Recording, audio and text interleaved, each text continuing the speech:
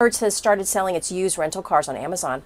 Right now, the vehicles are available through Amazon Autos in 4 locations: Dallas, Houston, Los Angeles, and Seattle. You're scrolling through car listings online and you see a 2-year-old Tesla Model 3 listed for under $25,000. The same car at a traditional dealer would be $40,000 or more. Your brain immediately goes to one place. This has to be a scam. But it's not a scam. It's Hertz, and they're aggressively rotating their fleet after taking billions in losses. The rental car giant sold about 100,000 vehicles in late 2024 alone, and Amazon just became one of their major sales partners. We're watching one of the largest automotive liquidation events in history happen in real time, and it's creating opportunities that seem almost too good to be true. The question is whether these deals are actually the bargains they appear to be, or if there's something else going on that could cost you thousands down the road. Let me show you what's really happening and what it means for anyone thinking about buying a car in the next 6 months.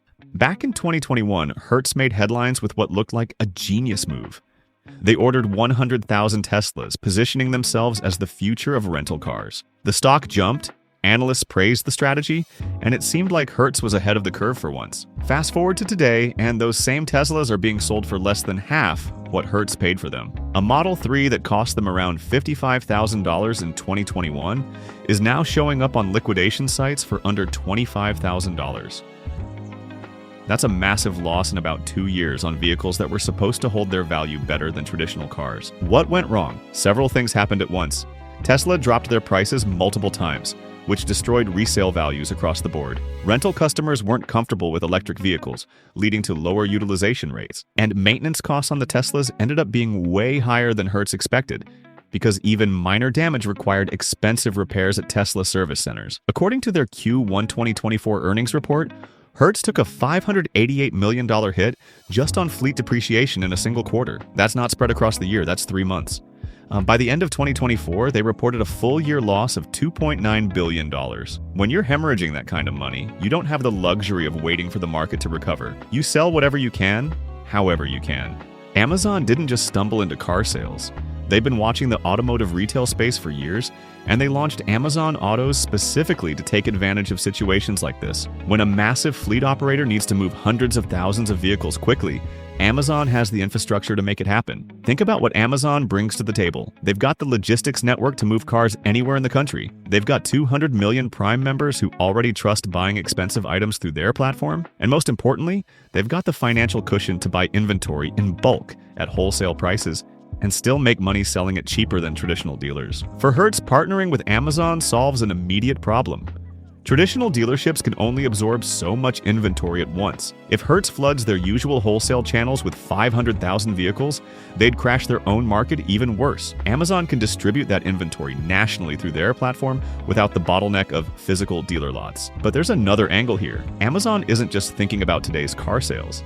They're building a database of automotive buyers that will be valuable for years. Every person who buys a car through Amazon becomes a potential customer for insurance, extended warranties, maintenance services, and eventually their rumored vehicle subscription program. What this means for car prices right now. The immediate impact is hitting dealerships hard. I talked to a sales manager at a Ford dealership in Colorado last week, and he told me customers are walking in with printouts from Hertz's liquidation site asking why they should pay $48,000 for an Explorer when they can get a similar vehicle for $34,000. Dealers are stuck. They've got inventory they paid wholesale prices for, and suddenly that wholesale price is higher than retail liquidation prices down the street. Some are matching the prices and taking losses. Others are refusing to budge and watching customers walk out. Either way, traditional dealers are losing. The ripple effects go beyond just Hertz inventory. When you can buy a 2-year-old luxury vehicle at deep discounts, it changes how people think about every vehicle purchase. Why buy new when slightly used vehicles are available at significant savings? Used car values across the board have dropped about 12% in 2024, according to industry data. That's faster depreciation than we've seen since the 2008 financial crisis. If you bought a car in the last 2 years, you're probably watching its value decline faster than you're paying down the loan. Here's where we need to pump the brakes and talk about what you're actually buying when you get one of these liquidated rental cars. Rental vehicles go through wear that personal cars rarely see. I'm not talking about major accidents. I'm talking about dozens of different drivers who have zero incentive to treat the car gently. Cold starts, aggressive driving, ignoring maintenance lights, spilling things, smoking despite the no smoking policy. Industry experts suggest that ex-rental vehicles typically require more frequent maintenance and repairs than equivalent personal vehicles. The mileage matters too. A rental car with 30,000 miles isn't the same as a personal car with 30,000 miles. Those rental miles are harder miles. More city driving, more start-stop cycles, more time sitting in airport parking lots in extreme weather. That said, not all rental vehicles are created equal. Airport rentals that mostly do highway trips to business travelers tend to be in much better shape than weekend leisure rentals. You can sometimes tell the difference by looking at the service records. Consistent maintenance intervals and highway-appropriate mileage accumulation are good signs. The biggest hidden cost is financing. Banks know rental vehicles depreciate faster, so they're charging higher interest rates. A loan that would be 5.9% on a regular used car might be 7.5% or 8% on an ex-rental. Over 5 years, that difference on a $40,000 loan costs you an extra $3,400. Should you actually buy one? Let me give you the honest answer. It depends on your situation and what you're buying. If you're looking at a 2022 or 2023 model that's 18 to 24 months old with under 40,000 miles, and you can verify it was an airport rental with good maintenance records, those can be legitimate deals, especially if you're paying cash or can get reasonable financing through a credit union. The sweet spot seems to be mainstream brands like Toyota, Honda, or Ford. These vehicles are easier and cheaper to maintain, and parts are readily available. The luxury vehicles look tempting because the discounts are bigger, but remember that a $500 repair on a Honda becomes a $1,800 repair on a Mercedes. The savings on purchase price can evaporate quickly in maintenance costs. Avoid anything with over 50,000 miles, regardless of how good the price looks. And definitely avoid the Teslas unless you're comfortable with the specific risks of used electric vehicles and have access to independent EV repair shops. Before you buy anything, get an independent pre-purchase inspection. Don't trust the seller's inspection report. Pay the $150 to $200 to have your own mechanic look at it, and make absolutely sure your insurance policy includes gap coverage, because if you total the car 6 months after buying it, you could end up owing thousands more than the insurance payout. So, what happens next? This liquidation cycle isn't ending anytime soon. Hertz is continuing to refresh their fleet, which means more inventory hitting the market throughout 2025. They've already signaled they're focused on optimizing fleet size and composition after their 2024 losses. Other rental companies are watching this closely.